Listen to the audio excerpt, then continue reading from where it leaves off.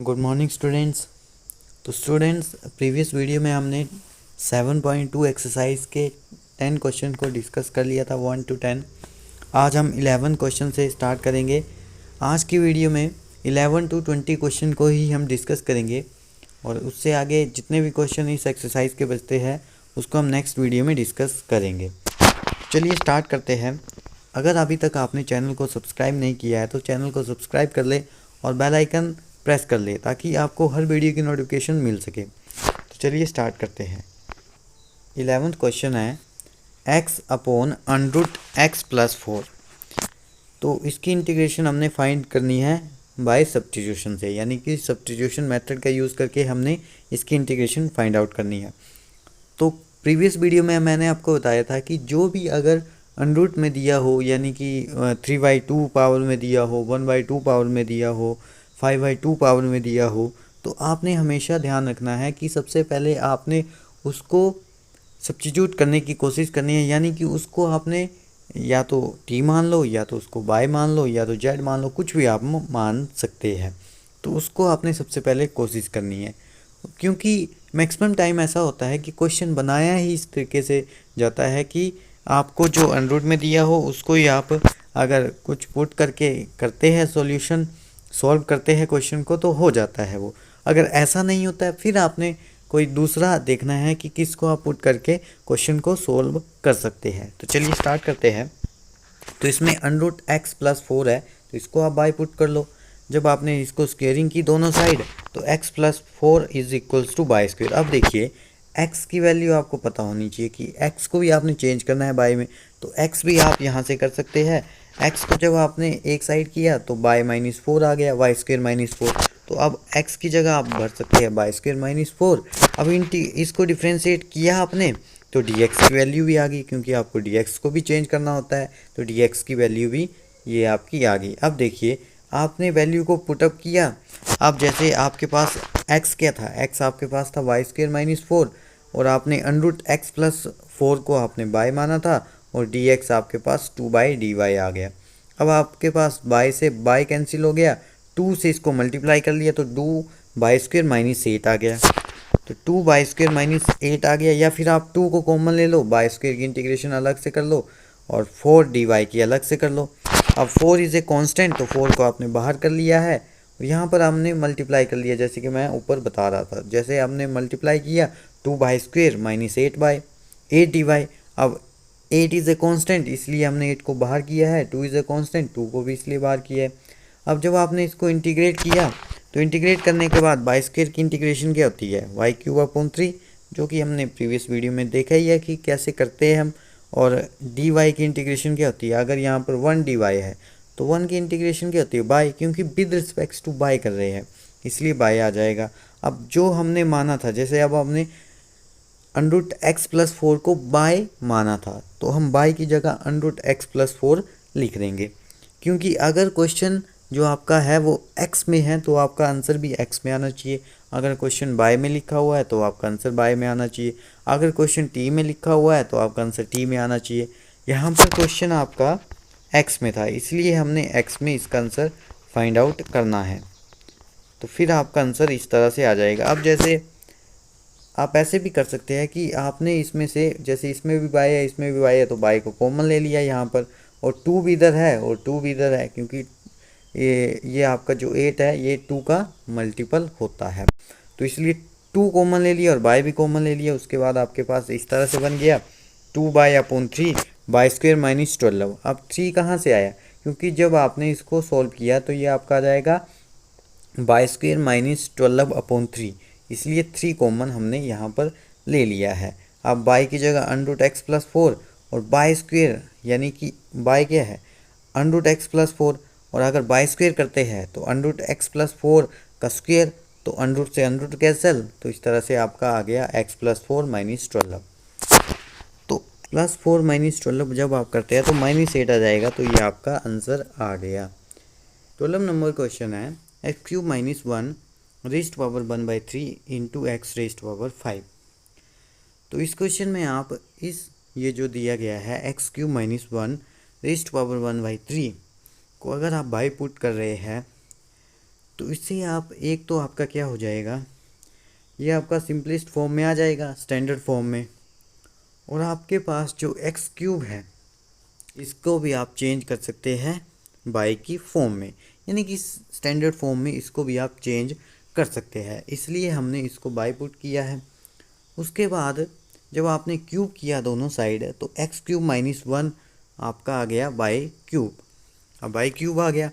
अब देखिए x cube, अगर हम एक्स क्यूब की वैल्यू यहाँ से फाइंड आउट करते हैं तो वो आ जाएगी आपकी बाई क्यूब प्लस वन।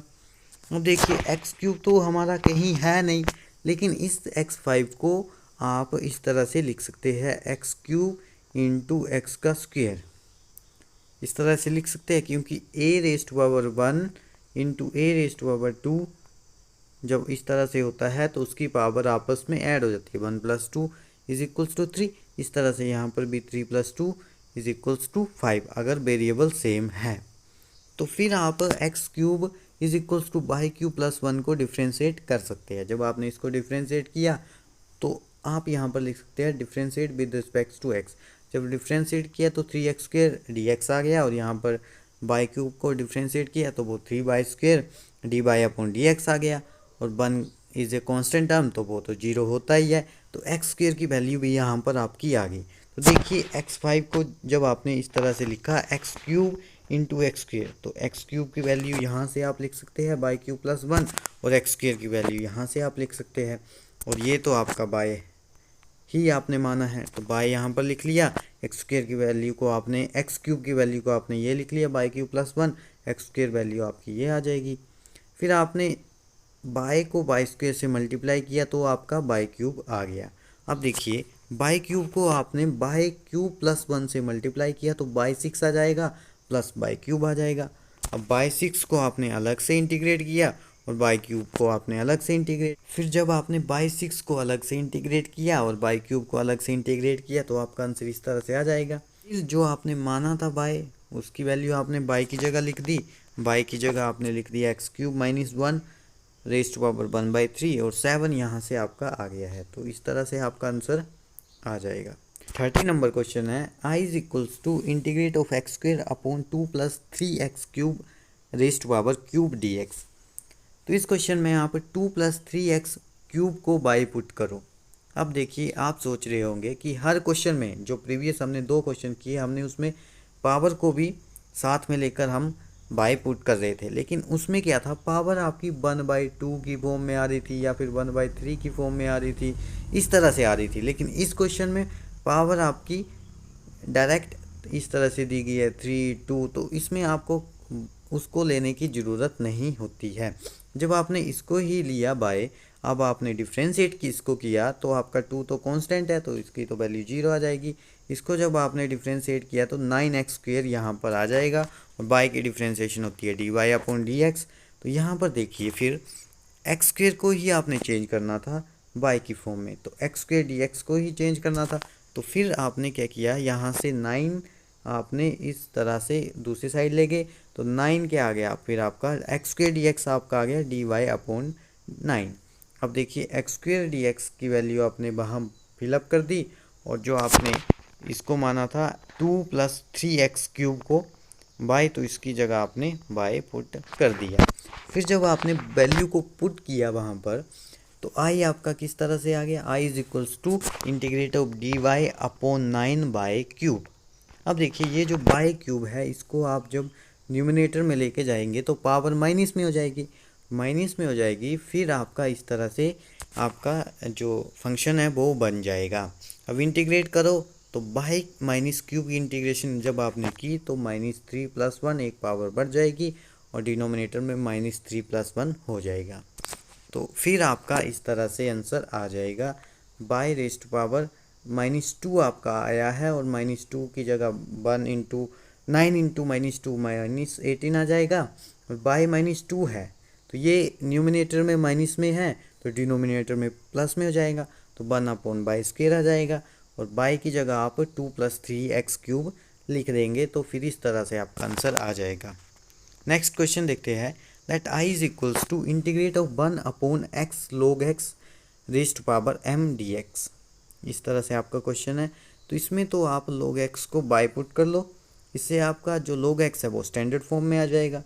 जब आप log x को बाय पुट कर रहे हैं, डिफ्रेंशिएट कर रहे हैं, तो 1/x आपका क्योंकि log x की डिफ्रेंशिएशन होती है 1/x और बाय की डिफ्रेंशिएशन होगी dy/dx, क्योंकि विद रिस्पेक्ट टू x हम इसको डिफ्रेंशिएट कर रहे हैं। अब देखिए dx/x, इसको चेंज करना था आपने यहाँ पर, जैसे dx/x है तो इसको ही तो चेंज करना था, तो यहाँ पर आपने dx को यहाँ ले गए तो dx/x क्या आ गया dy।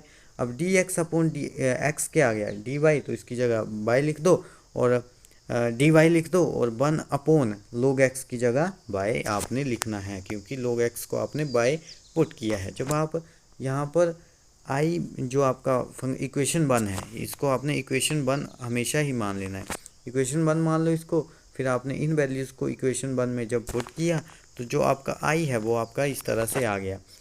जो आपका x dx है 1/x dx है, उसकी जगह आपने dy भर दिया और log x की जगह आपने बाय भर दिया। अब बाय m है, न्यूमिनेटर में जाके बाय माइनस m आपका हो जाएगा।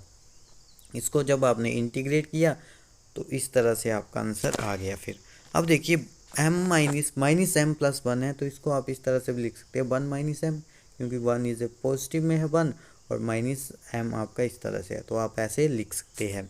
बाय की जगह आपने फिर log x लिख लिया लास्ट में, तो आपका आंसर आ गया। नेक्स्ट क्वेश्चन देखते हैं, 15 नंबर क्वेश्चन है, let i is equals to integration of x/9 minus 4x²। अब आपको देखने से ही लग रहा है पता कि अगर आप इसको बाय पुट करते हैं तो आपकी जो फंक्शन है वो स्टैंडर्ड फॉर्म में आ जाएगा। फिर देखिए जब आपने 9 माइनस 4x² को बाय पुट किया, फिर आपने डिफ्रेंशिएट किया विद रिस्पेक्ट टू x, तो 9 is a constant term, minus 4x² को जब आपने डिफ्रेंशिएट किया तो वो -8x आ गया, और बाय को जब आपने डिफ्रेंशिएट किया तो वो जो आपका dy/dx आ गया। अब dx को आपने यहाँ ले गए तो वो आ गया आपके पास -8x, -8x dx आ गया और इज इक्वल्स टू dy। तो फिर इस तरह से x dx आपके पास आ गया -dy/8।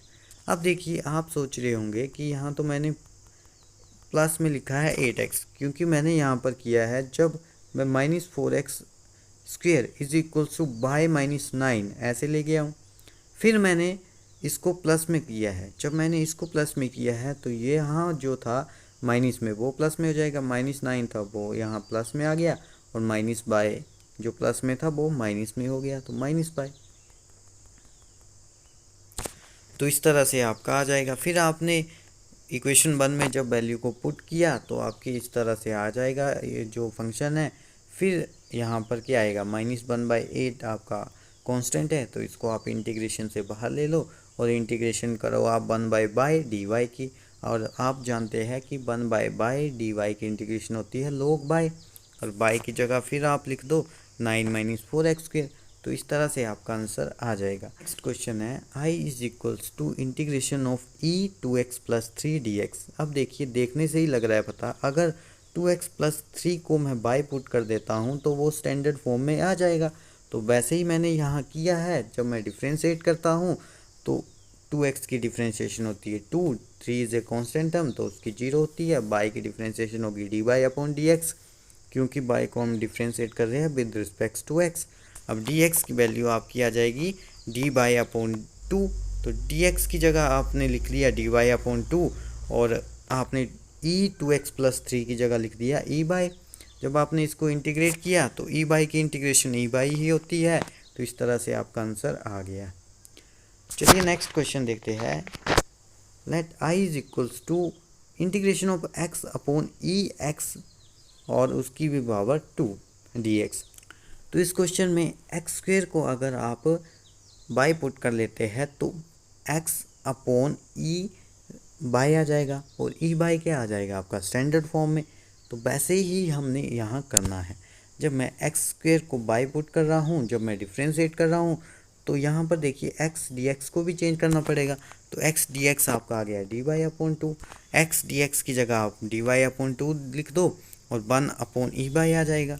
अब जब e/, है 1/e/, है, ये डिनोमिनेटर में e/, है, न्यूमिनेटर में जाके e - बाय आ जाएगा। फिर जब आप इसको इंटीग्रेट करेंगे तो e माइनस बाई, अब देखिए ई एक्स की इंटीग्रेशन क्या होती है, E X upon D X X, इस तरह से होती है। तो ई वाई की कैसे होगी, ई माइनस बाई की आएगी E minus Y upon D Y, क्योंकि विद रिस्पेक्ट टू बाई कर रहे हैं, माइनस बाई यानी कि -1, इसलिए यहाँ पर -1 नीचे आया है डिनोमिनेटर में, यहाँ पर जैसे लिखा है। फिर उसके बाद आपका आंसर इस तरह से आ जाएगा। Now move to next question. 80 number question है, let I is equals to integration of E tan inverse X upon 1 + x²। अब देखिए आपको पता होना चाहिए कि किसकी डिफ्रेंशिएशन क्या होती है। अब tan इनवर्स एक्स की डिफ्रेंशिएशन होती है 1/1 + x², वैसे ही हमने यहाँ किया है। अब देखिए tan इनवर्स एक्स को हमने इसलिए बाई पुट कर लिया, जब हमने डिफ्रेंशिएट किया तो tan इनवर्स एक्स की डिफ्रेंशिएशन आ गई 1/1 + x²। अब देखिए 1/1 + x² dx ऐसे ही है ना, जैसे कि 1/1 + x² dx, इसको ही हमने चेंज करना है। तो मैं dx को यहाँ ले आऊँगा, तो dx/1 + x² क्या आ जाएगा मेरा dy, तो इसकी जगह मैं dy लिख सकता हूँ, और e बाई आ जाएगा, क्योंकि tan इनवर्स x को तो बाई पुट किया है। जब मैंने इंटीग्रेट किया तो e बाई की जगह e बाई आ जाएगा, और प्लस c, और जो बाई था वो tan इनवर्स x माना था हमने, तो tan इनवर्स x बाई की जगह हम लिख देंगे। 19 क्वेश्चन है, let i is equals to integration of 2x - 1 upon e 2x + 1 dx। अब देखिए यहाँ पर अगर मैं 2x को बाई b पुट करता हूँ तो उससे क्या आएगा मेरा e बाई -1 e बाई +1, और यहाँ पर dx की जगह dy/2 आ जाएगा, ऐसे ही होगा। तो फिर भी ये स्टैंडर्ड फॉर्म में नहीं आ रहा है, इसलिए इस तरह से करने से क्वेश्चन को सॉल्व नहीं किया जाएगा, कॉम्प्लिकेटेड हो जाएगा क्वेश्चन। इसलिए हम क्या करेंगे, ई एक्स को यहाँ कॉमन ले लेंगे। जब मैं ई एक्स को कॉमन ले रहा हूँ तो ई एक्स इंटू ई एक्स e2x, क्योंकि ये तो आपको पता होगा कि यहाँ पर इस तरह से प्रोडक्ट में लिखा जाए तो पावर आपस में ऐड हो जाती है, तो e2x आ जाएगा। तो वैसे ही हमने यहाँ किया है। उसके बाद यहाँ पर -1 है तो इसलिए माइनस ले लिया, और e - x लिया है, क्योंकि देखिए ई एक्स इंटू ई - x पावर ऐड हो जाएगी, तो ई एक्स प्लस -x यानी कि ई जीरो क्या होता है 1 ही होता है। तो वैसे ही हमने यहाँ लिखा है, वैसे कर लिया, और डिनोमिनेटर में भी हमने ऐसे किया है। डिनोमिनेटर में भी हमने क्या किया, यहाँ से ई एक्स कॉमन ले लिया, और E X bracket E X plus E - x dx। अब ई एक्स से ई एक्स कैंसिल, हमारे पास ओनली इस तरह का फंक्शन बचा। अब ई एक्स माइनस ई - x अपॉन ई X plus E - x dx। अब देखिए हमने क्या किया है, E X plus E - x को बाई पुट किया, यानी कि जो डिनोमिनेटर में है उसको हमने बाई पुट किया।